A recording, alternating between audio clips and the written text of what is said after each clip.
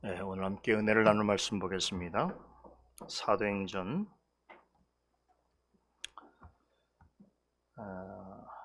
7장 54절로 60절 말씀입니다. 봉독해 드리겠습니다. 저희가 이 말을 듣고 마음에 찔려 저를 향하여 이를 갈거늘 스데반이 성령이 충만하여 하늘을 우러러 주목하여 하나님의 영광과 및 예수께서 하나님 우편에 서신 것을 보고 말하되 보라 하늘이 열리고 인자가 하나님 우편에 서신 것을 보노라 한데 저희가 큰 소리를 지르며 귀를 막고 일심으로 그에게 달려들어 성 밖에 내치고 돌로 칠세 증인들이 옷을 벗어 사울이라 하는 청년의 발 앞에 두니라. 저희가 돌로 스데반을 치니 스데반이 부르짖어 가로되 주 예수여 내 영혼을 받으시옵소서 하고 무릎을 꿇고 크게 불러 가로되 주여 이 죄를 저들에게 돌리지 마옵소서 이 말을 하고 자니라. 아멘. 지난주에 우리는 사도행전 7장에 나오는 그 유명한 스데반의 설교를 살펴보았습니다. 복음주의권에서 최고의 주석가 중 한 사람으로 평가되는 존 스토트 박사는 그의 사도행전 주석에서 윌리엄 닐이라고 하는 분의 말을 인용해서 스데반의 설교는 매우 정교하고 능란한 복음의 선포라고 평가하고 있습니다.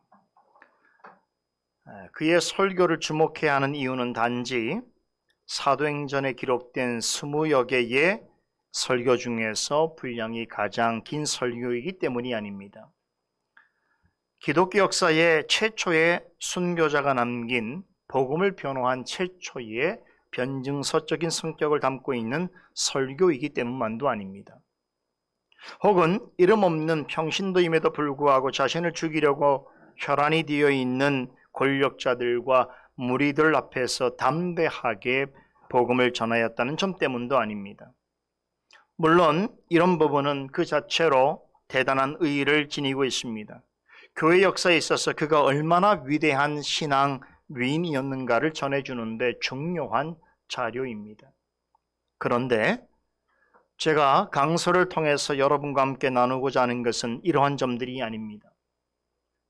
스데반이 이 설교를 통해서 우리에게 전하려는 핵심이 무엇이며 그것으로 세상 가운데 명확하게 드러난 기독교 신앙의 특별한 가치와 의미가 무엇인가 하는 것입니다. 앞서 살펴보았듯이 스데반은 예루살렘 교회 내의 구제 사역과 관련해서 발생한 문제를 원활하게 해결하기 위해서 세움받은 7명 중에 한 사람입니다.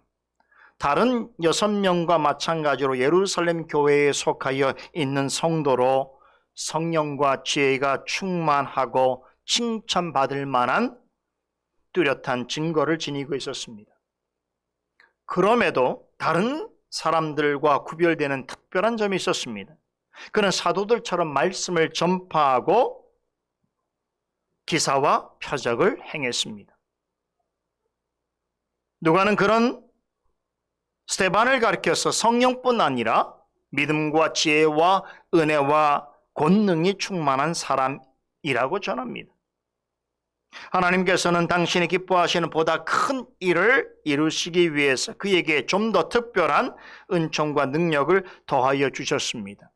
그는 하나님께서 주신 탁월한 믿음과 지혜로 자신과 같은 처지에 있는 헬라파 유대인들에게 복음을 증거했습니다. 이들은 해외에 흩어져 있던 디아스포라 유대인들임에도 아주 전통적이고 엄밀한 유대주의를 철저하게 신봉하는 자들이었습니다. 이들은 사도들 대신에 스데반에게 접근하여 논쟁을 일으켰습니다. 하지만 성령으로 믿음과 지혜가 충만한 스데반을 당해낼 수 없었습니다. 자신들이 가진 지식과 논리로는 스데반을 맞서거나 반박할 수 없다는 것을 알게 되자 스데반을 향하여 중상모략하기 시작했습니다. 거짓 증인들을 매수하여 스데반이 모세와 하나님을 모독하는 말을 하는 것을 들었노라고 거짓 주장하게 하는 한편 백성들과 사내들인 공회원들을 충동질해서 결국 스데반을 잡아다가 공회로 이끌어와서 불법 재판을 받게 하는데 성공했습니다. 이들이 스데반을 고소한 구실은 두 가지입니다. 예로부터 거룩한 곳으로 알려진 성전과 모세가 전해준 율법을 거스르고 이와 관련해서 아주 잘못된 가르침을 민간에 퍼뜨리고 있다는 것이었습니다.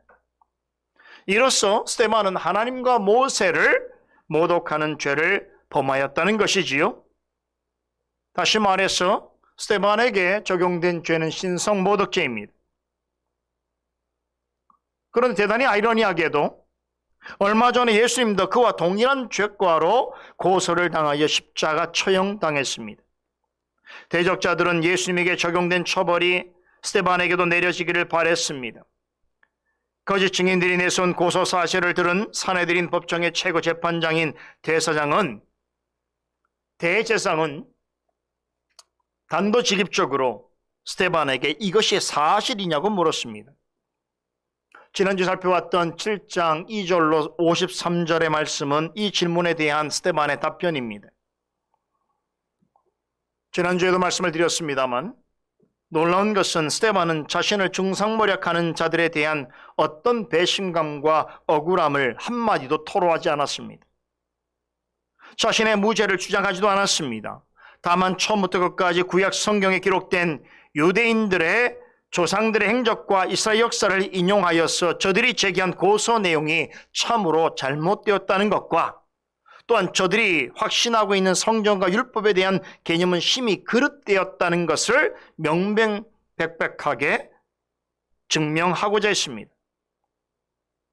저들 스스로는 여호와 종교와 유대주의적인 신앙을 보수하기 위해서 열심을 내는 것이지만 스데반 입장에서는 그것은 견월지망이라, 즉 달을 가리키는데 달은 보지 않고 손가락만 쳐다보고 있는 것과 같다는 것입니다. 하나님이 구약시대에 성전과 율법을 주셨던 것은 그것의 외형을 거룩하게 보존하고 무조건 문자적으로 지키라고 하는 의미가 아닌 것입니다. 스데반이 말하고자 하는 것은 눈에 보이는 성전과 율법 그 자체가 거룩한 것이 아니라 그것을 거룩하게 구별하신 하나님과 그분의 뜻이 거룩하다는 것입니다.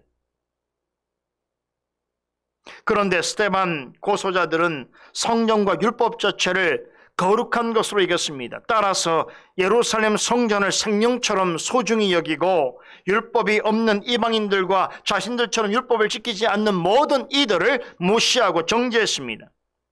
자신들처럼 성전을 이해하지 않고 율법을 지키지 않으면 거룩과는 전혀 상관없는 것처럼 그런 태도는 하나님과 모세를 모독하는 죄를 범하는 것으로 여겼습니다.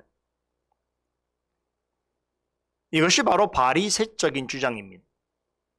지난 수백 년 동안 유대인들은 이런 바리새적인 가르침을 맹신해 왔습니다. 그런데 이제 스데반이 이에 대해서 정면으로 반기를 드는 설교를 행하고 있는 것입니다. 중요한 것은 성전과 율법에 대해 외형적으로 어떤 태도를 가지냐 하는 것이 아니라 하나님께서 성경과 율법을 통해 전하시고자 하는 본질이 무엇인가 하는 것을 깨닫는 것이라는 점을 스데반은 아브라함으로부터 요셉과 모세와 다윗과 솔로몬에 이르는 이스라엘의 장구한 역사와 또 그 속에 등장하는 여러 인물들의 예를 들어서 자세히 설명해 주고 있습니다. 스데반은 지난날에 이러한 구약의 인물들과 그들의 가르침에 대해서 언제나 반대하고 불순종했던 이스라엘 조상들의 행위를 언급하면서 하나님의 참되고 거룩하신 의도 가운데 있는 본질을 보지 못하고 겉으로 드러나는 양태와 형식에만 매몰되어 있는 저들의 모습은 과연 달을 가리키는데 손가락만 쳐다보면서 깨달음을 얻었노라고 하는 어리석은 자와 다를 바 없다 라는 사실을 증거하고 있습니다. 오히려 성전과 율법이 그것을 완성하실 이로써 오실 예수 그리스도를 가리키고 있는 그림자임에도 실체이신 그리스도가 성전과 율법을 거스르고 있다라고 하는 대단히 요처구니 없는 죄명을 씌워서 십자가에 죽이는 만행을 저질렀으니 스데반을 고소하고 재판하는 사람들이야말로 과거에 하나님이 세우신 지도자들을 배척하고 어떤 모세와 같은 의인을 보내어서 구원하실 거라는 그 복음을 미리 전한 선자들을 죽인 조상들과 다를 바가 없는 패역한 죄인들이라는 사실을 강조하고 있습니다. 이스라엘 역사를 볼 때에 이러한 스데반의 평가는 부인할 수 없는 명백한 사실입니다. 이를 근거로 스데반은 결론적으로 자신을 고소하고 재판하고 있는 유대인들을 향해서 담대한 목소리를 이렇게 외쳤습니다. 51절 53절에 잘 요약되어 있지요. 목이 곧고 마음과 귀에 할례를 받지 못한 사람들아, 너희가 항상 성령을 거스려 너희 조상과 같이 너희도 하는도다. 너희 조상들은 선자 중에 누구를 핍박지 아니하였느냐? 의인이 오시리라 예고한 자들을 저희가 죽였고 이제 너희는 그 의인을 잡아준 자요 살인한 자가 되나니 너희가 천사의 전한 율법을 받고도 지키지 아니하였도다 라고 책망했습니다. 스데반은 설교를 통해서 자신을 고소한 내용이 전혀 사실무근이라는 점을 아주 차근차근 성경적이고 논리적으로 밝혔습니다. 결과적으로 하나님과 모세를 모독한 것은 자신이 아니라 자신을 고소하고 재판한 자들이란 사실을 명확하게 드러내게 되었던 것입니다. 그리하여 과거에 모세와 선자들이 하나님의 말씀을 반역하던 이스라엘 백성들에게 한 말 그대로 저들을 향해서 너희는 목이 곧고 마음과 귀에 할례를 받지 못한 사람들이라고 질책하게 되었던 것입니다. 덧붙여서 너희 조상들이 항상 그래왔던 것처럼 너희 역시 성령을 거스리고 있고 너희 조상들이 하나님의 뜻을 전한 선자들을 박해하였듯이 너희는 그들이 오리라고 전한 의인을 죽이기까지 하였다는 것이지요. 즉 너희는 천사들이 전하여 준 율법을 받는 특별한 특권을 누렸음에도 불구하고 그것을 지키지 않았다. 그러므로 너희는 지금 스데반을 고소하고 재판하고 있는 너희는 너희 조상들보다 더 악한 자들이다 라고 하는 것이 스데반의 설교의 결론입니다.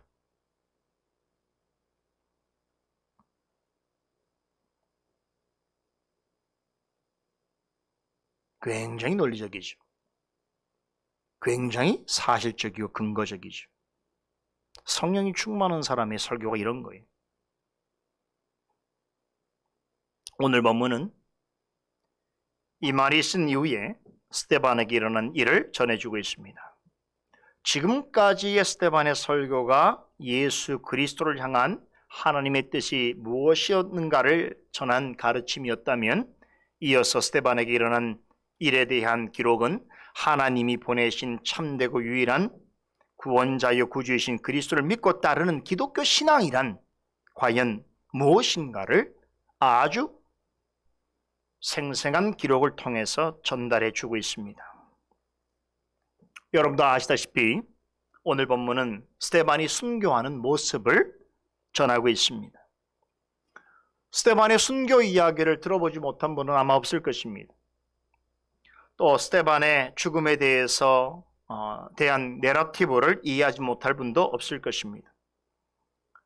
하지만 저는 오늘 여러분들이 이미 다 알고 있는 이야기를 전하려고 이 자리에 쓴 것이 아닙니다.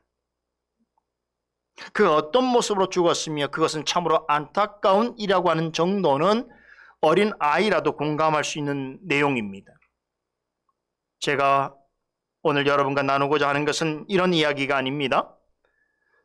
스데반의 죽음을 통해서 드러나는 기독교 신앙의 본질에 관한 내용입니다. 스데반의 죽음을 흥미롭게 생각하는 사람들이 많습니다. 기독교 역사상 첫 번째 순교자로서의 죽음이라고 하는 점도 그렇고 또 굉장히 많은 스토리가 농축되어 있는 아주 드라마틱한 죽음으로 받아들여지기 때문입니다. 그 때문인지 그의 죽음은 기독교적 회화, 그림이지요. 또 영화나 소설의 소재로 사용될 때가 많습니다. 그런데요, 그의 죽음에는 말씀을 면밀하게 살펴보지 않으면 도저히 생각해낼 수 없는 놀라운 교훈들이 숨겨져 있습니다. 그것들은 너무나 중요한 기독교 신앙의 본질과 관련되어 있습니다. 오늘 저는 그 내용을 여러분들과 나누려고 합니다. 오늘 본문이 시작되는 54절은 스데반의 설교를 전해들은 유대인들의 반응을 아주 회화적으로 잘 묘사해 주고 있습니다. 먼저 심리적으로 그들은 매우 극렬한 저항을 보이고 있습니다. 사내들인 공회에서 스데반의 설교를 들은 자들은 하나같이 마음에 찔려 하면서도 스데반을 향하여 이를 갈았습니다. 여기에서 마음에 찔려 했다라고 하는 말은 회개했다는 의미가 아닙니다. 원문을 보게 되면 화가 치밀어 올랐다, 주체할 수 없는 분노에 휩싸였다는 뜻입니다. 그도 그럴 것이 신성모독죄로 고소당한 자로부터 자신의 조상들과 더불어 목이 곧고 마음과 귀의 할례를 받지 못한 사람들이라고 하는 책망을 듣고 있으니 얼마나 분개할 일입니까? 죽어 마땅한 죄수로부터, 그렇죠, 그들을 지금 신문하고 재판하는 자들이 더 큰 죄인이라는 소리를 듣고 있다는 거죠. 오히려 죄인으로서 공회 앞에 서 있는 스데반이 그 자리에 모여있는 공회원들과 유대인들을 향하여서 너희가 성령 하나님을 거스른 자들이라고 하는 말을 듣고 있으니 얼마나 분개할 일입니까? 당연한 것이죠. 스데반의 설교를 들은 유대인들은 굉장히 히스테리적인 반응을 보였습니다. 그들의 집단적인 분노는 스데반을 잔인하게 죽이는 직접적인 원인으로 작용합니다. 스데반을 향해서 큰 소리를 지르면서 달려들어 성 밖에 내치고 돌로 쳐 죽였습니다. 그렇다면 이들이 이토록 맹렬하게 분노하고 광포하게 행동하게 된 이유는 무엇인가 묻게 되지 않을 수 없습니다. 놀랍게도 그것은 하나님의 말씀에 있습니다. 이들은 스데반으로부터 조상 때부터 지금까지 변함없이 지속되고 있는 그들 자신들의 죄악을 지적하는 말씀을 들었습니다. 사실 이것은 그들에게는 회개할 수 있도록, 그리하여 구원 얻을 수 있는 기회가 주어지게 되는 것입니다. 그러므로 회개하는 자들에게는 구원을 얻는 기회가 주어지는 복음인 것입니다. 그러나 이들은 스스로 목이 곧고 마음과 귀의 할례를 받지 못한 사람들이라는 것을 자인하는 행동을 합니다. 자신들의 죄를 지적하는 말씀을 듣고는 돌이킬 생각은 조금도 하지 않고 도리어 복음을 전하는 스데반을 향해서 강한 분노와 적개심을 터뜨렸습니다. 우리는 이 장면에서 굉장히 중요한 교훈을 얻게 됩니다. 복음은 믿고 회개하는 자에게는 구원하는 하나님의 능력이 됩니다. 하지만 말씀이 당연히 모든 사람을 구원하는 능력으로 작용할 것이라는 생각을 하는 것은 오산입니다. 말씀을 들어 깨닫는 자가 있는가 하면 적개심을 강하게 노출하는 사람도 있다는 것입니다. 마태복음 13장에 나오는 씨 뿌리는 비유 아시지요? 씨는 천국 복음을 가리키고 길가와 돌밭과 가시떨기는 복음을 듣는 사람의 심령 상태를 의미합니다. 이 사람들은 공통적으로 복음을 들었습니다. 그러나 깨닫지 못할 뿐더러 합당한 열매를 맺지 못합니다. 고집이 세고 완고하고 무지와 교만에 사로잡혀 있는 사람에게 복음은 그 마음속에 활활 불타오르는 불신앙 위에 기름을 붓는 격이 될 수 있습니다.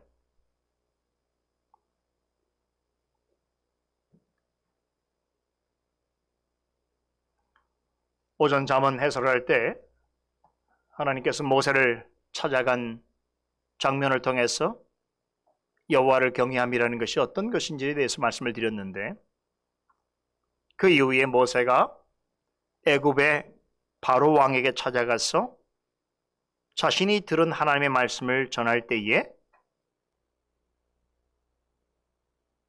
여러분, 바로에게 어떤 일이 일어났습니까? 바로가 어떻게 반응했습니까? 모세를 통해서 하나님의 말씀을 전달받을 때에 바로의 마음은 더욱더 완악해졌습니다. 말씀은 모든 사람의 마음을 부드럽게 하지 않습니다. 듣기만 하면 자동적으로 말씀의 열매가 맺어지는 것이 아닙니다.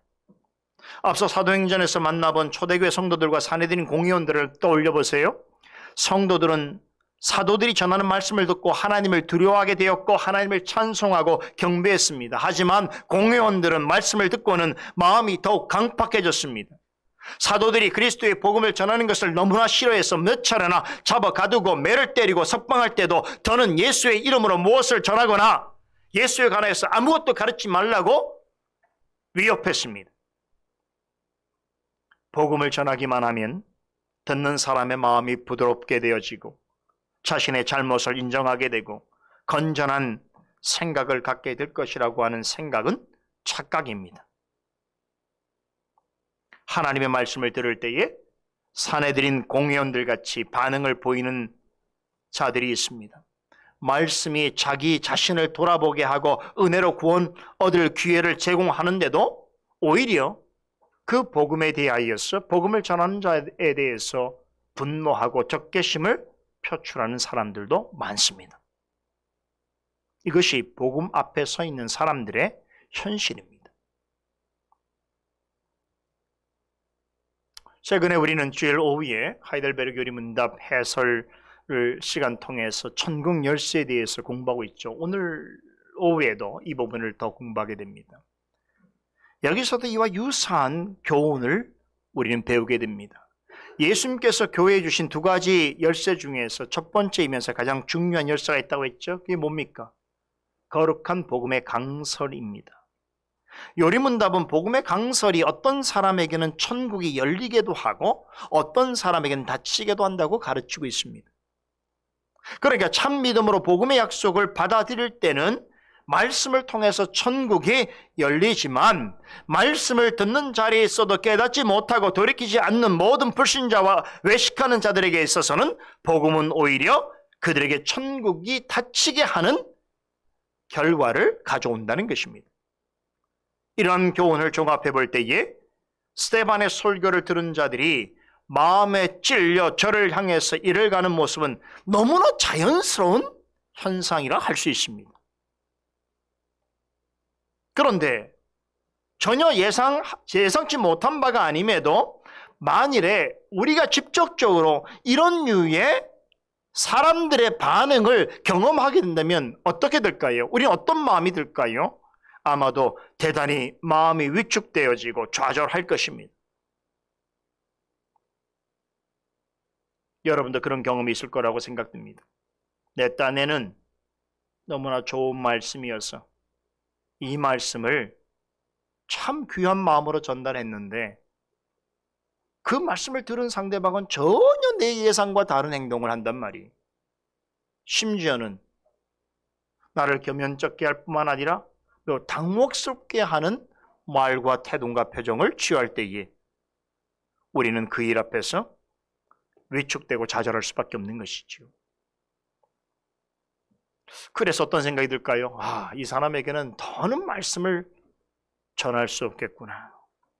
내가 전하더라도 이 사람이 원하고 기뻐하는 것들을 좀 위주로 해서 좀 구성해서 이야기를 전해야 되겠구나라고 하는 생각을 또 갖게 될 것입니다.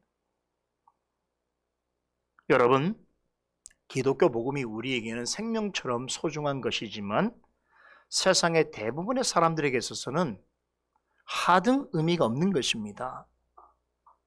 중요하지도 않고 인기도 없습니다. 절대 다수의 교회 밖에 있는 사람들은 기독교 복음을 우리처럼 여기지 않습니다. 좋아하지 않습니다. 미워하지 않으면 다행이에요. 그래서 어떤 경우에는 스데반의 설교를 들은 자들처럼 반응하기도 하는 것입니다. 몹시 싫어하고 분노하기까지 하는 것이지요. 우린 여기서 한 가지 중요한 물음을 갖게 됩니다. 이것이 기독교 복음을 대하는 세상의 일반적인 태도이고 불신자들의 보편적인 정서라면, 그럼 어떻게 우리는, 여러분과 저는 이 복음을 듣게 되었고 말씀을 사랑할 수 있게 되었단 말인가? 궁금하지 않습니까? 우리가 그 사람들보다 도덕적으로 윤리적으로 뛰어나서입니까? 아니면 그 사람들보다 훨씬 처음 태어날 때부터 말씀에 대해서 민감하고 하나님 아는 지식에 대해서 탁월함이 우리에게 있었기 때문일까요? 전혀 그렇지 않아요. 일반적으로는 기독교 복음에 대하여서 긍정적으로 생각하지 않고 나아가서는 그것을 싫어하고 분노하기까지 하는 것이 보편적인 일인데, 어찌하여 여러분과 저는 이 복음을 듣게 되었고 알게 되었으며 사랑하게까지 되었는가 하는 것이죠. 오늘 스데반의 최후의 모습 속에 그 답이 나옵니다. 55절을 보세요. 사내들인 공회석상에서 스데반의 설교를 들은 사람들과 스데반 사이에 아주 중대하고도 결정적인 차이가 나타납니다. 우리가 보는 성경에는 스데반이 성령이 충만하여라고 하는 말로 번역되어 있습니다만, 헬라 원문 성경에 보면 우리말 성경에 번역되어지지 않은 한 단어가 나옵니다. 그것도 맨 앞에 나와요. 그 단어가 바로 우리말로 그러나에 해당되어지는 접속사입니다. 헬라어로 데라고 하는데요, 역접 접속사죠. 54절과 55절은 그러니까 그러나라고 하는 접속사로 연결되어 있습니다. 그래서 이렇게 번역 가능한 거예요. 저희가 이 말을 듣고 마음에 찔려 저희를 향하여 이를 갈거늘, 그러나 스데반이 성령이 충만하여 하늘을 우러러 주목하였다라고 하는 말씀입니다. 54절과 55절 사이에 있는 이 그러나라고 하는 접속사는 매우 단순해 보이지만 실은 굉장히 중요한 의미를 품고 있습니다. 본문 속에서 이 말은 사내들인에 모인 사람들과 스데반을 아주 확연하게 대조해 줍니다. 누가는 이 그러나라고 하는 말을 기점으로 스데반의 모습을 통해 여러 가지 면에서 그리스도인과 불신자의 삶이 얼마나 다른가, 얼마나 상반된 삶인가를 설명해 주고 있습니다. 이 점을 놓쳐서는 안 됩니다. 여러분, 이 땅에서 그리스도인과 불신자 사이를 구분하는 차이가 있다고 할 때에 가장 큰 차이점은 무엇일까요? 여러 가지가 있을 수 있습니다. 하지만 저는 누가가 소개해주는 스데반의 최후 모습 속에서 그 답을 찾으려고 합니다. 먼저 생각해 볼 수 있는 가장 큰 차이는 바로 말씀에 대한 태도입니다. 제가 방금 전까지 설명드린 내용이 이것인데요, 스데반은 앞서 베드로와 요한이 공회원들 앞에서 우리는 보고 들은 것을 말하지 아니할 수 없다라고 담대하게 선포했던 것처럼 사도들을 통해서 배우고 깨달은 말씀을 있는 그대로 전했습니다. 그때 사내들인 공회원들과 유대인들은 스데반과 완전히 대조적인 반응을 보입니다. 말씀을 전해 듣고는 어떻게 합니까? 몹시 분노하고 이를 갈았습니다. 말씀은 누군가에게는 주님이 주시는 평안과 확신을 누리게 하는 것이지만 어떤 사람에게는 자신의 완악함과 불신앙을 그대로 폭로시키게 하는 것이기도 합니다. 그런 점에서 말씀은 신자와 불신자, 곧 하나님을 사랑하는 자와 하나님을 미워하는 자를 명확하게 구분하는 기준선이 되어집니다. 하나님의 사람은 말씀을 사랑하는 사람입니다. 반면에 하나님과 상관없는 사람은 말씀을 전혀 사랑하지 않습니다. 51절에 스데반이 공회에 모인 사람들 향해서 뭐라고 꾸짖었지요? 목이 곧고 마음과 귀에 할례를 받지 못한 사람들아 라고 했습니다. 여러분, 바로 이 표현은 구약시대에 이스라엘 백성들이 하나님이 보내신 모세와 선지자와 같은 이들이 전한 말씀을 거역할 때에 주로 사용된 표현입니다.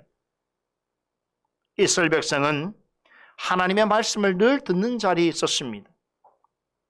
하지만 이들에게 치명적인 문제가 있었습니다. 이것을 이사야 선지자가 잘 설명해 줍니다. 이스라엘 백성들에게 있어서 가장 치명적인 문제는 그들의 마음이 완악해져서 듣기는 들어도 깨닫지 못하고 보기는 보아도 알지 못하였다는 것입니다. 늘 말씀을 듣는 자리에 있어도 깨닫지 못했다는 것이. 그 말씀의 실증이 눈앞에 드러나는데도 그 사실을 알지 못했다는 것입니다. 이와 같은 일은 오늘날에도 우리 주변에서 늘 일어나고 있습니다. 교회와 말씀을 전하는 사역자들이 이 땅에 얼마나 많습니까? 성경을 더 잘 알고 이해할 수 있도록 돕는 책들과 또 설교를 전하는 매체들이 또 얼마나 많습니까? 그런데도 여전히 천국복음을 듣고도 전혀 관심이 없고 깨닫지 못하는 길가 같은 심령을 가진 사람들이 우리 주변에 많습니다. 교회 안에도 차고 넘칩니다.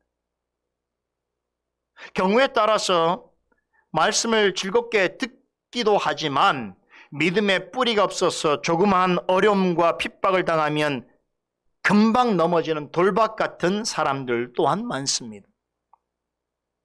말씀에 관심을 보이고 주의 있게 듣는 것 같아 보이더라도 세상 일에 대한 염려와 물질의 유혹에 막혀서 말씀의 열매를 맺지 못하는 가시떨기 같은 심령을 가진 사람들도 우리 주변에는 많습니다. 주님 보실 때의 이런 사람들은 스데반이 지적한 목이 곧고 마음과 귀에 할례를 받지 못한 사람들입니다. 말씀을 듣는 자리에 있어도 듣게 되어지고 깨닫게 되어지는 기회가 있어도 그것을 기회로 생각하지 않는 자들이죠. 그럼에도 예수님은 천국복음을 땅끝까지 그리고 세상 끝날까지 전파하는 일을 결단코 중단하지 말라고 말씀하십니다. 가라지 신자와 알곡 신자가 같이 추수할 때까지 함께 자라게 두라고 명하십니다. 왜 그렇습니까? 최종 심판은 주님께서 행하시는 일이기 때문입니다.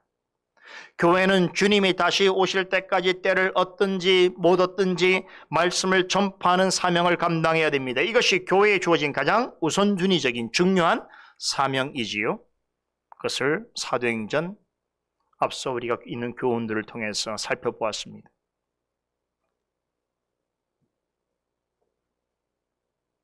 어떤 때에는 사내들인 공의원들과 유대인들처럼 말씀을 듣고 분노하고 적대감을 표하는 사람들을 만나게 되는 일이 있을 수 있습니다. 그럴 때 말씀드린 것처럼 마음의 위축함이 있고 또한 좌절할 수도 있습니다. 그러나 그럴지라도 사도들과 스데반이 한 것처럼 그들이 우리가 보고 들은 것을 전하지 않을 수 없다라고 담대하게 고백한 것처럼 우리 교회도 그래야 해야 되는 것입니다. 어느 시대 어떤 상황 속에 살아간다 할지라도 진정한 그리스도인이라고 하면 지금 말씀드린 이 내용에 대해서 공감할 것입니다. 그러나 불신자는 전혀 동의하지 않습니다. 말씀에 대한 이해와 태도에서 그리스도인과 불신자는 구별되어집니다. 완전히 다릅니다. 스데반과 대적자들처럼 완전히 대조적인 모습을 나타냅니다. 그래서 말씀은 그리스도인과 불신자를 구분하는 중요한 기준점이 되는 것입니다. 55절에 그러나라고 하는 역접촉소사는 세상에서 살아가는 그리스도인과 불신자들 사이에 더 근본적인 차이점이 있음을 말해주고 있습니다. 믿는 자와 믿지 않는 자들 사이에 엄청난 차이가 있는데 그 차이를 빚어내는 중요한 한 가지 요소를 말합니다. 바로 성령입니다. 성령에 대해서 어떤 태도를 취하는가를 보면 그리스도인인지 불신자인지를 알 수 있다는 것입니다. 여러분, 불신자는 성령에 대해서 어떤 태도를 취할까요? 공회에 모인 무리는 불신자를 대변하고 있습니다. 51절 하반절을 보세요. 스데반은 자신을 대적하는 공의원들과 유대인들을 향해서 목이 곧고 마음과 귀에 할례를 받지 못한 사람들이라고 하면서 뭐라 표현합니까? 항상 너희는 성령을 거스른다라고 지적합니다. 여기서 거스른다라고 하는 말은 성령께 저항하다라는 뜻입니다. 예수님과 사도들과 스데반을 핍박하는 일에 앞장선 유대인들은 조상 때로부터 그때까지 성령을 계속해서 대적해 왔다는 것입니다. 그럼 성령을 대적한다는 것은 무슨 뜻인가? 갈라디아서 5장에서 사도 바울은 성령을 대적하는 사람들이 공통적으로 지니고 있는 특징을 설명해 주고 있습니다. 육체의 소욕을 따르는 것이다. 즉, 성령을 따라 살지 않는 사람은 무엇을 하든지 간에 육체의 욕망을 쫓아 살아가게 된다는 것이지요. 사도는 이런 사람에게서 음행과 더러운 것과 호색과 우상 숭배와 주술과 원수 맺는 것과 분쟁과 시기와 분냄과 당짓는 것과 분열함과 이단과 투기와 술 취함과 방탕함과 또 그와 같은 일들이 일상적으로 나타난다고 지적합니다. 사도는 이렇게 육체의 욕망을 따라 육체가 원하는 대로 따라 사는 삶을 하나님의 나라를 얻지 못할 것이라고 단호하게 말합니다. 그러므로 성령의 인도하심을 따라 살아야 한다고 강조하는 것인데요. 성령의 인도하심을 따라 바르게 사는 것이 바로 성령 충만한 삶입니다.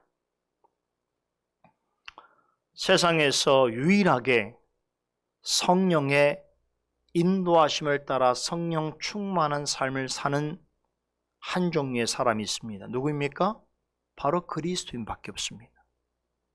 고린도후서 4장에서는 누구든지 그리스도 안에 있으면 새로운 피조물이라고 소개합니다. 왜 이런 표현을 사용하는가 하면 그리스도 안에 있는 사람은 성령의 역사로 말미암아 날마다 새롭게 거듭난 삶을 살기 때문입니다. 오늘날에는 그리스도인이라고 한다면 여러분, 사람들이 이런 오해를 많이 합니다. 그리스도인은 다른 사람보다 더 선량하고 정직한 사람이다.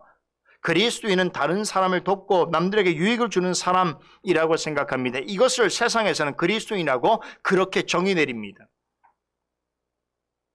그래서 교회 바깥 사람들이 그리스도인 하면 가장 먼저 머릿속에 떠올리는 어떤 이미지가 선한 사마리아인이 그리스도인을 항상 누구를 돕고 누구에게 유익을 끼치고 뭔가 좋은 것을 나누려고 하는 그런 사람인데 그런 행동을 하지 않으니까 비판하는 거예요. 왜 선하지 않느냐? 왜 착한 일을 하지 않느냐고 교회를 향해서, 믿는 자들을 향해서 손가락질을 하는 것이죠. 그러나 여러분, 그리스도인이 착하고 성실하게 사는 사람입니까? 이게 그리스도인입니까? 여러분, 그리스도인이란 그리스도 안에 거하면서 성령으로 말미암아 날마다 새로워지는 사람입니다. 따라서 그리스도인은 항상 성령을 의지하고 쫓아야 하는 것입니다. 그럼 어떻게 성령을 의지하고 쫓을 수 있는가? 성령께서 우리를 위해서 제공해 주시는 은혜의 방편을 통해서입니다. 거룩한 말씀은 그 중에서 최고의 방편입니다. 성령께서 조명해 주시는 말씀을 듣고 깨닫는 사람은 육체의 소욕이 아니라 성령의 인도하심을 따라 살아가기를 소망하게 되어 있습니다. 그렇게 성령이 충만한 삶을 살아가다 보면 결과적으로 갈라디아서 5장에서 언급하는 성령의 열매가 나타나게 되어 있습니다. 사랑과 희락과 평과 오래 참음과 자비양성과 충성과 온유와 절제와 같은 그러한 그리스도적인 성품을 열매로서 드러내게 되는 것입니다. 유교적으로, 도덕적으로, 윤리적으로 착하게 살아야 하기 때문에 이런 성품이 드러나는 것이 아니라 그리스도 안에서 성령을 쫓아 살아가게 되면 그리스도적인 성품이 나타나게 되어 있다는 것입니다. 그래서 여러분, 성령의 열매가 그의 삶 속에서 아주 오롯이 드러나는 사람이라면 그는 성령께서 함께하는 삶을 사는 자요, 성령께서 그의 마음에 내주하시고 이끄시는 그리스도인이 확실합니다. 성령에 관한 사내들인 공회에 모인 사람들과 스데반은 극명한 대조를 보입니다. 전자는 성령을 거역하였지만 후자는 성령으로 충만했습니다. 자, 여러분, 겉으로 볼 때에 누가 승자 같고 누가 패자 같습니까? 스데반을 대적한 사람들이 겉으로 보면 승자 같습니다. 이긴 자 같습니다. 하지만 하나님의 관점에서 저들은 어떤 사람들이라고요? 조상 때부터 목이 곱고 마음과 귀에 할례를 받지 못한 자들입니다. 다시 말해서 이스라엘 백성들이, 선조들이 오래전부터 실패하고 또한 패배를 했던 그런 역사를 계속해서 반복하고 있는 어리석은 자들입니다. 여러분, 그것이 결국 복음을 듣고도 격분하여 이를 가는 모습으로 나타나고 있는 것입니다. 성령을 거스르는 사람은 결국 하나님의 심판과 형벌을 피할 수 없습니다. 하나님 나라를 유업으로 받을 수 없습니다. 영원히 어둠 속으로 쫓겨나가서 거기서 영원한 고통 중에서 슬피 울며 이를 갈게 될 것입니다. 여러분, 세상에서 무슨 일을 하였든가 이것은 그렇게 중요하지 않습니다. 어떤 직업을 가졌으며 무엇을 누리고 살았는가 그리 중요한 것이 아닙니다. 어떻게 알 수 있습니까? 사내들인 공회원들을 보세요. 이들은 모든 면에서 세상에서 최고 위치에 있었던 사람들입니다. 신앙, 가문, 학벌, 지위, 권력, 명예, 물질 뭐 하나 부족한 것이 없었습니다. 오늘날 개념으로 보자면 그들은 대단히 성공한 전문가들입니다. 그런데 놀랍게도 이들이 격분하고 시기한 대상이 누구입니까? 바로 사도들과 스데반같이 성령이 충만한 사람들입니다. 세상에서 아무리 자기 자랑할 것이 많은 사람도 성령이 충만한 사람은 감당해낼 수 없어요. 이들은 사도들과 스데반의 출신 배경을 은근히 무시했습니다. 학문이 부족한 자들이라고 폄하했습니다. 사도들과 스데반에 비하면 이들은 시대를 이끄는 권력자요, 율법을 가르치는 선생입니다. 분명 그러한데도 많은 백성이 스데반과 사도들이 전하는 말씀에 귀를 기울이고 자신들이 죽인 예수의 가르침을 전하는 것을 보면서 여러 가지 복합적인 감정을 가지게 되었던 것입니다. 당혹스러우면서도 분하고 시기심이 나면서도 두려움이 있는 그런 마음이 들었을 것입니다.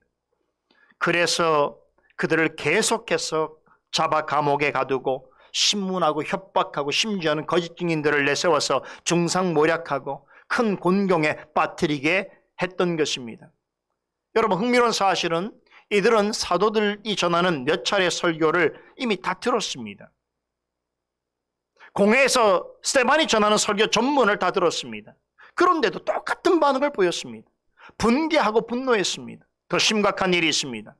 공회원들은 성경과 율법에 관한 한 둘째가라면 서러울 만큼 전문가들인데 나름 율법 스승이요 선생들인데 사도들과 스데반이 성경과 율법에 대하여 전하는 핵심에 대하여 전혀 이해하지 못했다는 것입니다. 이게 심각한 문제예요. 사도행전 2장과 7장에 보면 베드로의 설교와 스데반의 설교가 나오는데 여러분 내용을 살피면 매우 비슷한 부분이 있습니다. 둘 다 유대인이라면 잘 알고 있을 법한 이스라엘 역사를 언급하면서 하나님께서 택하신 구약의 인물들 통해서 예수 그리스도를 어떻게 준비하셨고 장차 그리스도를 통해서 어떤 일을 행하실지에 대해서 설명했습니다. 스데반은 성전과 율법이라고 하는 좀 더 구체적인 내용을 중심으로 그리스도를 통해서 이루실 하나님의 구속의 역사와 의미를 해석해 주었습니다. 성전과 율법은 하나님께서 장차 어떻게 죄인을 구원하실 것인지를 보여주는 그림자에 불과하다는 사실을 명백하게 증거했습니다. 하나님께서 성경과 율법을 통해서 드러내고자 하신 실체는 예수 그리스도이며 그분은 아브라함 때로부터 신약시대가 시작되기 전까지의 구약의 전 역사를 통해서 예언된 유일하고 참된 구원자라는 사실을 논리적으로 밝혔습니다. 그런데 백성들의 신앙 스승이요 율법 전문가들이라고 하는 자들은 자신의 조상들이 선조들에게 그리했던 것처럼 그리스도를 핍박하였고 그리스도의 복음을 전하는 사도들과 스데반을 시기하고 핍박했습니다. 여러분, 이들은 누구보다도 구약을 중요하게 여겼습니다. 이스라엘 역사를 꿰뚫고 있었습니다. 율법의 세세한 부분까지 잘 알고 있었습니다. 그런데도 예수를 거부하고 사도들과 스데반을 핍박했습니다. 여러분, 왜 그랬을까요? 그것은 자신들의 생각과 달랐기 때문입니다. 다시 말해서 성경을 제대로 알지 못했기 때문입니다.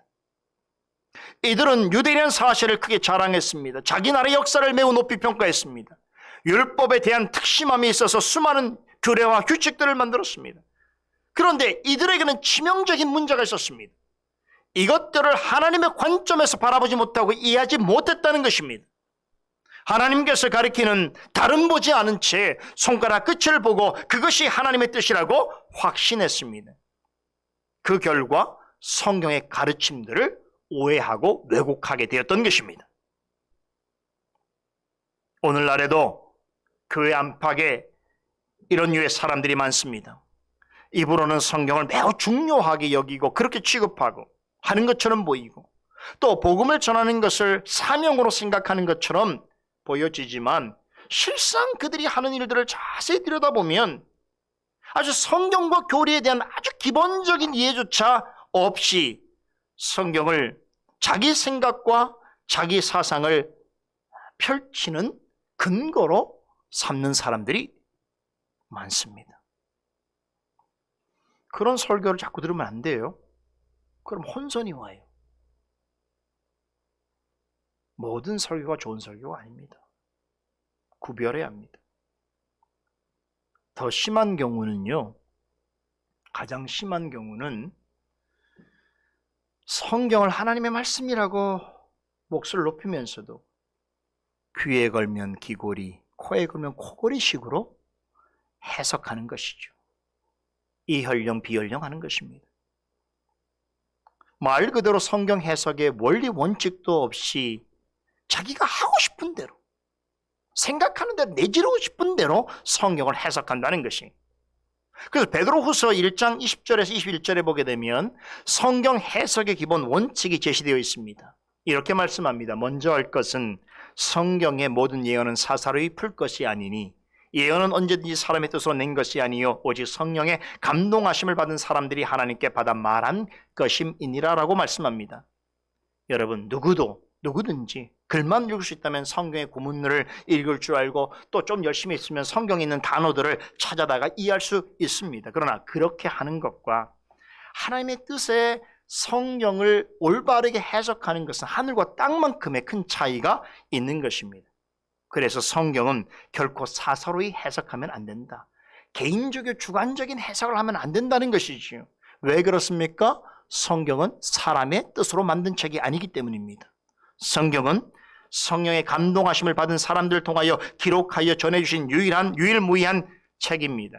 따라서 성경의 제1저자이신 성령의 조명하시는 은혜와 믿음과 지혜를 구하면서 신중하고 바르게 해석해야 하는 것입니다.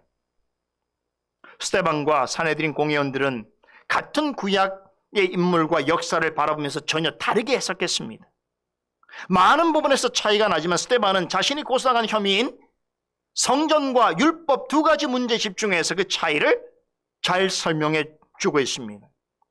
스데반은 하나님의 관점에서 성경의 본의를 드러내는 데 초점을 맞추고 있다면 공회원들은 자기 민족의 신앙 습관과 종교 전통의 관점에서 성경을 해석했습니다. 그러다 보니 하나님께서 성경과 율법을 주신 목적과 의미를 완전히 오해했습니다. 그 결과 성전과 율법의 의미를 정확하게 드러내는 스데반을 신성모독죄로 고소하고 죽이려 하는 무서운 죄를 범하는 데까지 나아가게 되었던 것입니다. 성경에 대한 잘못된 이해와 그릇된 확신이 어떤 결과를 초래하는지를 성경은 우리에게 너무나 많은 예를 통하여 말씀하고 있습니다. 성경을 사서로이 해석하는 것은 대단히 위험한 일입니다. 여러분, 그런데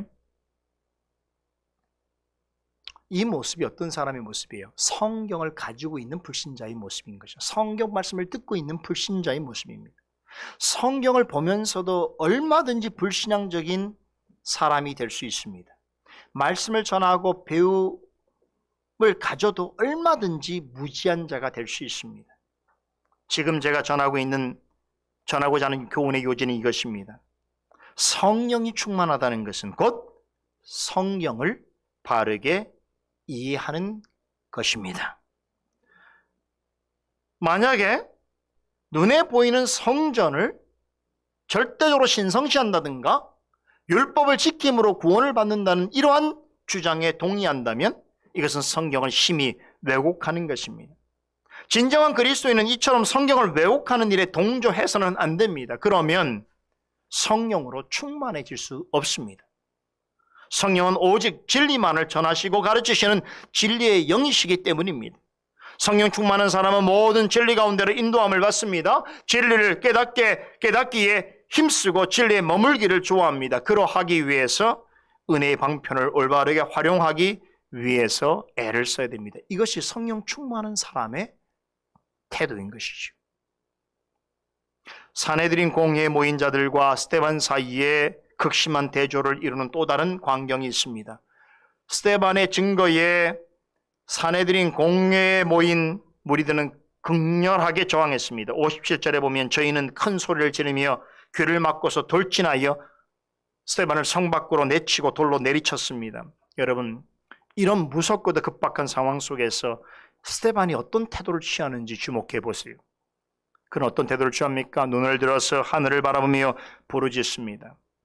55절과 56절은 그가 하늘을 우러러 응시할 때 하나님의 영광과 하나님 편에 서 계신 예수님을 보았다라고 전합니다.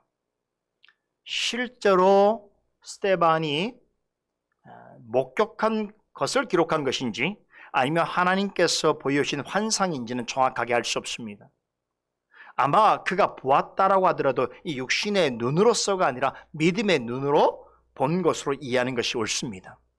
먼저 생각해 볼 것은 죽음 앞에서 그가 왜 하늘을 우러러 주목하게 되었는가 하는 것입니다. 이것은 스데반이 가진 특별한 신앙과 그의 용기 때문이 아닙니다. 물론 그는 남다른 믿음과 지혜와 은혜와 능력을 지닌 사람이었기는 합니다만 여러분 지금 어떤 상황이에요? 지금 정말 일촉즉발에 아마 스데반도 죽음을 예측할 수 있는 예상할 수 있는 그럴 만한 아주 위급한 상황 아닙니까? 그런데 이런 상황 속에서 하늘을 우러러 볼 수 있었다는 것은 바로 성령의 충만함 때문입니다. 성령께서 그의 육신과 마음의 눈을 하늘을 향하여 주목하게 하신 것입니다. 그와 동시에 그에게 더욱 간절하게 천국의 소망을 갖게 해주셨습니다. 하나님께서는 그가 믿음의 눈으로 천국을 바라볼 수 있도록 하늘을 열어놓으셨습니다. 그렇게 하늘문이 열리자 예수님께서 하나님 우편에 서 계신 것을 보았습니다. 여러분 이 표현이 굉장히 흥미로운 말이에요. 보통 우리가 성경에 보면 예수 그리스도께서 하나님 우편에 앉아 계시다라고 그렇게 표현합니다. 우편에 서 계시다는 말은 여러분 아주 희귀한 표현이에요. 사도행전하고 계시록에서 단 한 번밖에 나오지 않는 표현입니다.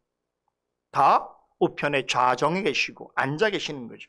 앉아 계시다고 하는 말은 그리스도께서 만왕의 왕이요 만유의 주로서 모든 세계를 절대로 통치하시는 분으로 계시다는 뜻이겠지요. 그런데 스데반이 본 예수 그리스도는 하나님 우편에 서 계셨습니다. 저는 그런 생각이 드는 거예요.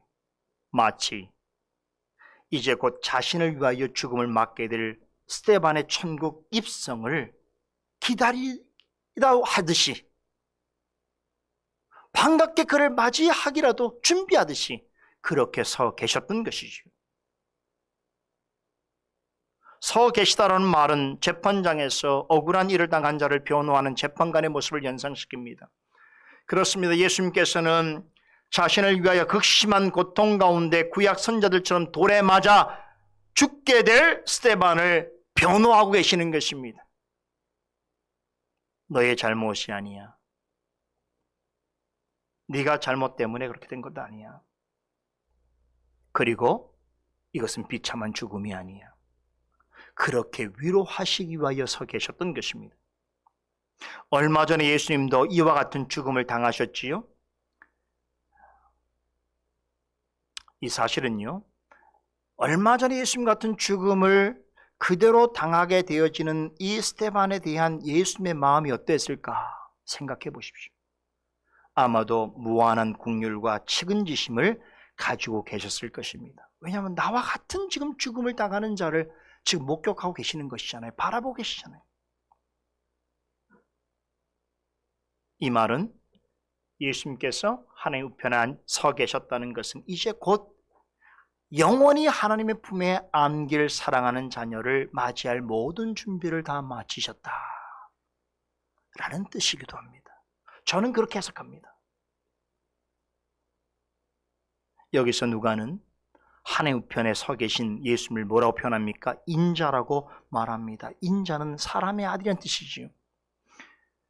예수님은 하늘 우편에서 지상세계를 그냥 높은 왕으로서 절대자로서 그냥 바라만 보고 계신 것이 아니라 하나님의 자녀들이 이 세상 가운데서 실제로 생생하게 겪는 모든 환난과 고통 가운데 함께하고 계시다. 그 상황을 안타깝게 여기면서 그러나 함께 이기시는 분으로 계시다라는 사실을 강조하기 위해서 일부러 인자라는 표현을 쓴 것이, 얼마 전에 십자가에 처형당하신 예수님은 누구보다도 그와 같은 고통을 당하는 성도의 상황을 잘 알고 계실 것입니다. 그 때문에 스데반이 겪는 고통 중에 함께 하시면서 돌에 맞아 죽는 현장을 하늘에서 인자의 마음으로 이미 그 사실을, 그 경험을 경험한 자로서 지켜보고 계시는 것입니다. 남의 이야기가 아니에요. 예수님이 경험한 일이기 때문에 더 가까운 마음으로, 더 치근한 마음으로 바라보고 계셨던 것입니다. 성령께서는 스데반의 마음에 그러하신 예수님에게로 더 가까이 가고자 원하는 갈망과 그분 안에서 영원한 안식을 얻고자 하는 거룩한 소원을 이제 불일 듯 일어나게 해주셨습니다. 그리하여 믿음의 눈을 들어서 하나님 우편에 서 계신 예수님을 바라보게 하셨던 것입니다. 스데반은 죽음에 이르는 이 짧은 시간 동안 성령 충만의 은혜로 예수님을 찾고 예수님을 경배하고 있습니다. 놀라운 일이지요. 이제 오늘 본문에서 전하는 더욱 놀라운 사실 한 가지만 전해드리고 오늘 강서를 마무리하려고 합니다. 지금까지 스데반의 최후 소식을 전해주는 말씀을 통해서 그리스도인과 불신자 사이에 분명하게 대조되는 몇 가지 차이점을 말씀을 드렸는데, 마지막으로 생각해 볼 중대한 차이점이 또 하나 있습니다. 그것은 바로 죽음을 대하는 태도입니다. 스데반이 죽음을 이르는 과정을 유심히 관찰해 본 분이라고 한다면 그가 얼마나 억울하고 불의한 죽음을 당하였는지를 아실 것입니다. 그는 사내들인 공회에 모인 자들에 의해서 성 밖으로 질질 끌려나가서 돌에 쳐 죽임을 당했습니다. 유대법에 보게 되면 말이죠, 돌로 사람을 쳐 죽이는데도 절차가 있어요. 재판의 과정이 있단 말이죠. 통상적으로 이렇습니다. 먼저 죄인을 성 밖으로 끌고 가서 죄인을 몸에 옷을 발가 벗깁니다. 그리고 그를 줄에 매답니다. 그리고 높은 곳에 떨어뜨립니다. 그래도 죽지 않을 때는 그 죄인을 향해서 고발한 증인 한 사람이 나와서 그를 향하여 돌팔매질을 하도록 합니다. 그리고 나서도 죽지 않으면 거기에 모여있는 많은 사람들이 돌을 던져 죽이게 되는 것이 유대법의 관습입니다. 그런데 스데반의 사형은 이런 절차를 전혀 지키지 않습니다. 이것은 어떤 사법적인 또 유대 규례적인 절차에 의한 것이라기보다는 마치 폭도들이 때를 지어서 달려든 것 같습니다. 스데반의 옷을 벗기지도 않았고 증인이 나서지도 않은 가운데 다 같이 돌로 쳐서 죽였습니다. 참으로 이상한 것은 옷을 벗은 사람은 스데반이 아니라 스데반을 증인들입니다. 그들이 옷을 벗어서 사울이라고 하는 청년의 발 앞에 두었습니다. 도대체 무슨 이유 때문에 사울이라는 청년의 발 앞에 증인들이 옷을 벗어서 내려놓았는지, 이 사실은 다음에 제가 설명드리겠습니다. 드디어 여기에서 사울이 처음 등장합니다. 그러나 중요한 것은 지금 스데반과 관련된 재판 과정은 일반적인 사례와는 전혀 다릅니다. 석연치 않은 점이 너무나 많습니다. 거짓 증인들을 내세우는 것부터 시작해서 유대 관례대로 전혀 진행되지 않았습니다. 매우 비정상적인 재판이었습니다. 여러분, 스데반은 돌에 맞아 죽을 이유가 전혀 없습니다. 그는 누구에게도 해를 끼친 적이 없습니다. 많은 사람을 구제하는 일에 힘썼을 뿐만 아니라 구원의 복음을 전했습니다. 그러나 그것 때문에, 그 이유 때문에 동족 유대인들로부터 잔인한 죽음을 당했습니다. 여러분, 상황이 이 정도라면 얼마나 억울합니까? 얼마나 불의합니까? 그런데도 스데반은 죽어가는 그 순간에도 무릎을 꿇고 무엇을 합니까? 큰 목소리로 이렇게 외칩니다. 주여, 이 죄를 저들에게 돌리지 마옵소서라고 기도합니다. 하나님께 자신을 죽이려는 자들을 불쌍히 여겨달라고 간구하고 있습니다.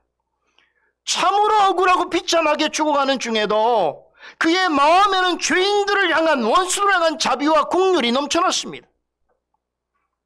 여러분, 이런 스데반의 모습과 스데반을 대적하는 사람들의 모습과 얼마나 대조적입니까?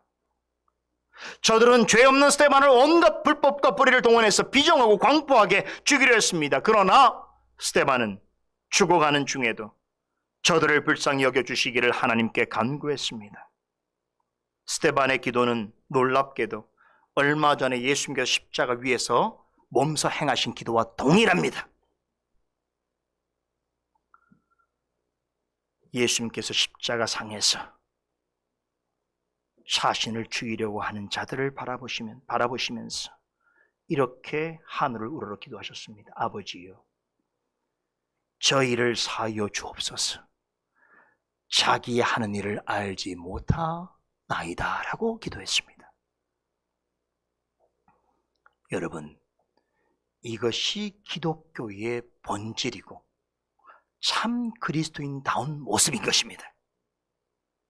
이게 기독교의 실력이고 능력인 것입니다. 사람들은 자기가 어떤 일을 당하면 자기 그 일을 한 상대방에게 갚아주려고 하는 심리가 있지요. 이런 일 때문에 갈등이 생기고 나아가서 전쟁이 발생하는 것입니다. 사람들은 눈에는 눈, 이에는 이라는 말을 자주 합니다. 물론 현실 속에서는 이 말 그대로 행할 수 없지만 상대방에게 받은 대로 갚아주려고 하는 그런 생각은 누구나 갖습니다. 그러나 기독교는 그런 종교가 아닙니다. 예수님께서 뭐라고 하셨습니까? 나를 위하여 너희를 욕하고 핍박하고 거짓으로 너희를 거슬러 모든 악한 말을 할 때에는 너희에게 복이 있다라고 말씀하셨습니다. 또한 원수를 사랑하라. 너희를 핍박하는 자를 위하여 기도하라고 말씀하셨습니다. 스데반은 이 예수님의 말씀을 그대로 실천했습니다. 그리고 하나님 우편에 서 계신 예수님을 바라보면서 주 예수여 내 영혼을 받으시옵소서라고 기도하면서 그의 생애를 마쳤습니다. 여러분, 이러한 스데반의 죽음을 누가는 뭐라고 표현합니까? 잔다라는 말로 표현하고 있습니다. 그가 당한 잔인하고 폭력적인 죽음에 비해서 그의 죽음을 얼마나 아름답고 평화롭게 묘사하고 있습니까? 성도의 죽음은 잠시 눈을 붙이는 잠과 같습니다. 영원한 삶을 맞이하기 전에 잠시 휴식을 취하는 것입니다. 죽음을 맞는 성도는 곧 주님 앞에서 깨어날 것이기 때문입니다. 이것이 성령 충만한 그리스도인들이 경험하게 될 죽음입니다. 어떻게 죽든지, 스데반처럼 순교하든지, 불치의 병에 걸려 죽든지, 사고로 황망하게 죽든지, 예기치 못한 전쟁이나 재난으로 죽든지, 아니면 집에서 평안히 죽든지, 그것으로 끝이 아닙니다. 육신은 흙으로 돌아가더라도 영혼은 곧장 주님 앞으로 가게 됩니다. 죽음은 영원한 세상으로 들어가기 전에 잠시 자는 것과 같습니다. 성도의 영혼은 곧 깨어나 주님의 품에 안기게 될 것입니다. 우리 모두는 언젠가 이 죽음이라고 하는 잠을 다 경험하게 될 것입니다. 이 죽음은 결코 우리를 지배하지 못합니다. 우리를 불행하게 만들지도 못합니다. 왜 그렇습니까? 우리 주 예수 그리스도께서 우리의 영혼을 지켜주실 것이기 때문입니다. 그러기에 그리스도인은 죽음을 슬퍼할지언정 두려워할 이유가 없습니다. 육신은 흙으로 돌아가더라도 영혼은 그 즉시 하나님의 완전한 영광과 기쁨을 맛보게 됩니다. 이런 점에서 그리스도인과 불신자가 생각하는 죽음은 완전히 다릅니다. 불신자에게 세상을 떠나는 것은 곧 자신의 종말을 의미하는 것이기에 죽음 앞에서 늘 절망하게 되고 두려워할 수밖에 없는 것입니다. 죽음과 함께 자신의 모든 것을 잃어버린다고 생각하기 때문에 초조하고 두려워하는 것입니다. 그러나 그리스도인에게 죽음은 주 안에서 영원한 안식과 복락을 누리게 되는 영원한 삶으로의 출발점에 서는 것입니다. 죽음은 죄와 슬픔이 가득한 세상과 하나님이 경영하고 예수님이 지으신 영원한 도성 사이에 흐르는 아주 작은 시냇가에 불과합니다. 이 시내를 건너는 순간 죽은 자 가운데서 살아나심으로 죽음과 무덤의 권세를 완전히 정복하시고 하나님 우편에서 서서 기다리고 계시는 우리 예수 그리스도의 즉기 크신 긍휼과 사랑을 맛보게 될 것입니다. 그 주님께서 우리를 너무나 따뜻하고 친절하게 맞아주실 것입니다. 이번 주일에 제가 가깝게 지내던 한 목사님이 돌아가셨습니다. 그 목사님의 장례를 제가 가면서 참 많은 생각들이 들었어요. 마음은 슬픔이 있지만 그러나 이 목사님이 부르심을 받아서 그 사명을 다 하시다가 이제 주님 앞에 가게 될 때에 주님께서 스데반을 맞이하신 것처럼 그렇게 이번을 맞이할 것이라는 생각을 하니 마음에 말할 수 없는 위로가 있는 것이죠. 저 역시도 언젠가 저와 같은 자리에 있게 될 것인데 나는 그럼 어떻게 해야 될 것인가? 주님께서 나를 향하여 두 팔을 벌리고 나를 기다리고 계실 것이라고 생각하니 죽음은 결코 우리를 두렵게만 하는 것이 아닙니다. 우리를 불행하게 하는 것만은 아닙니다. 어떤 면에서는 소망이고 기쁨이 될 수 있습니다. 스데반은 이렇게 곧 하나님 나라에서 뵙게 될 주님을 바라보면서 기쁨과 소망 중에 잠들었습니다. 이렇게 잠들면 좋겠어요.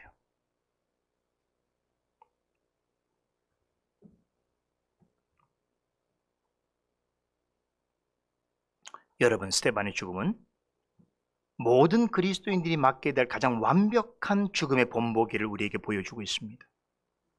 그래서 아마 스데반을 주님께서 호련히 왔다가 호련히 가는 인생으로 삼으신지도 모르겠습니다. 그의 죽음은 죽는 순간까지도 성령의 충만함으로 하늘을 우러러 우리 주 예수 그리스도를 바라보면서 자신의 영혼을 의탁하면서 영원토록 하나님과 함께 할 일에 대한 소망을 꿈꾸면서 잠드는 그 성도의 삶과 죽음이 얼마나 복되고 소중하고 아름답고 영광스러운가를 우리에게 가슴 깊이 깨닫게 해주고 있습니다. 사랑하는 성도 여러분, 우리 주 예수 그리스도를 주목하십시다. 우리의 믿음의 눈을 들어 하늘을 우러러 우리 주님을 바라보며 사모하십시다. 그분을 사랑하고 찬송하며 예배하십시다. 그분께서 우리의 삶도 우리의 죽음도 두렵지 않게 하실 것입니다. 사나 죽으나 구원받게 해주실 줄로 믿습니다. 이것이 스데반의 죽음이 우리에게 주는 소망이요 확신인 줄로 믿습니다.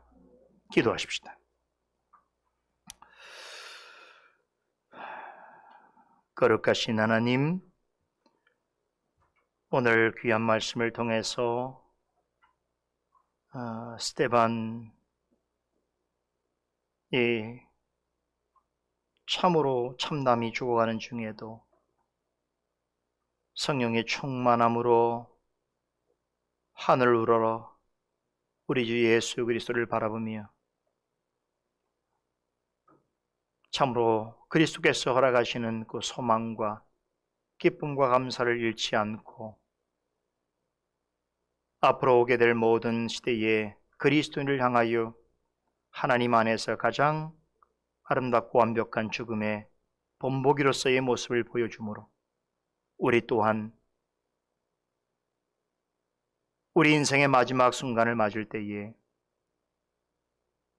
그가 경험했던, 그가 고백했던 이 일들을 우리의 일로 삼기를 원하오니, 오 하나님, 오늘 말씀을 듣는 모든 우리에게 스데반이 가졌던 그 신앙과 고백과 믿음과 은혜를 허락하여 주시옵소서.